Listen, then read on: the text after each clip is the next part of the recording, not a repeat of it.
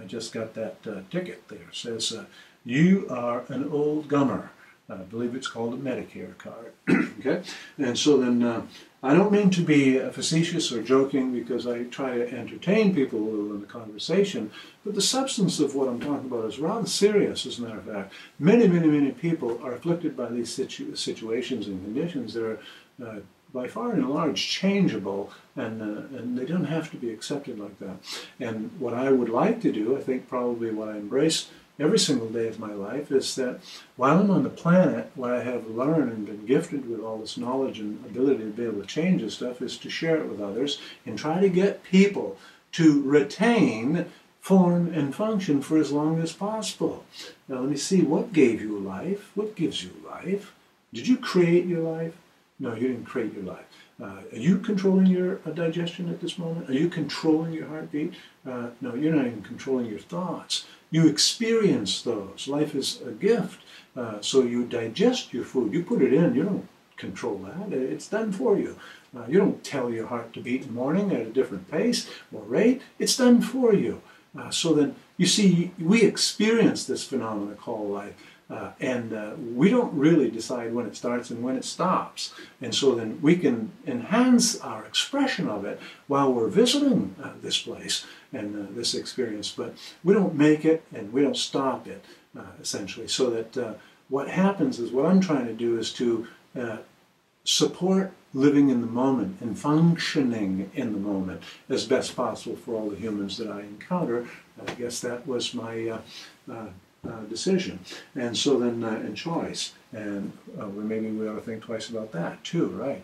Let me see, does the brain think, or are we experiencing thought? Do thoughts come to us, or do we create them?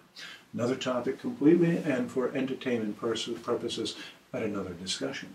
But so that for this purpose here, what this hammock fair does is it cradles the position and contour of the head. It prevents compression of the ear into the substance of the pillow so that you have good circulation and no numb and painful ear from compromising the circulation. They're very sensitive tissue.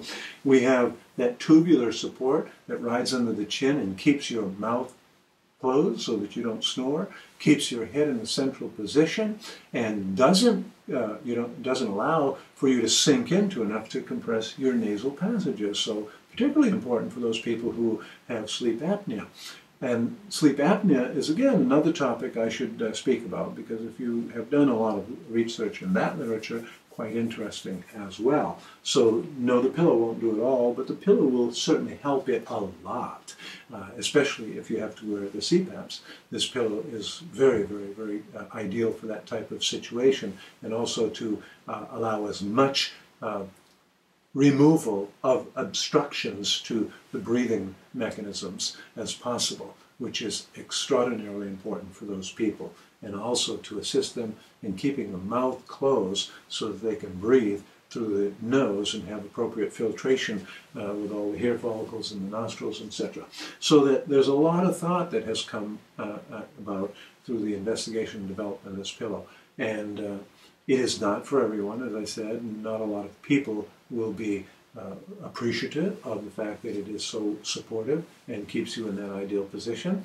We like freedom in the United States, and no matter what the result of that freedom is, we still want freedom. So if you have the notion or intuition that you might have a pillow that assists you in having appropriate rest and appropriate posture and maintenance and restoration of ideal form and function for the duration, this might be a very important pillow for you to consider.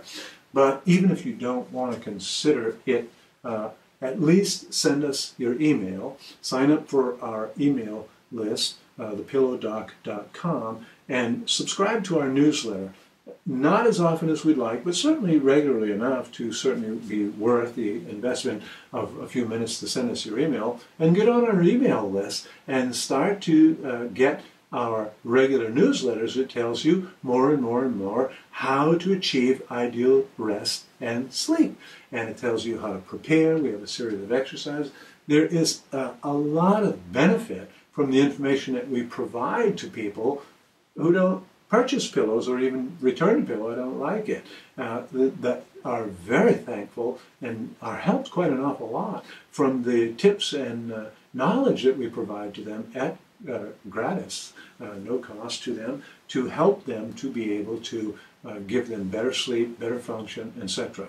Because that's what I do as the posture doc, and part of what transpired in that process is the development of the PostureDoc Pillow.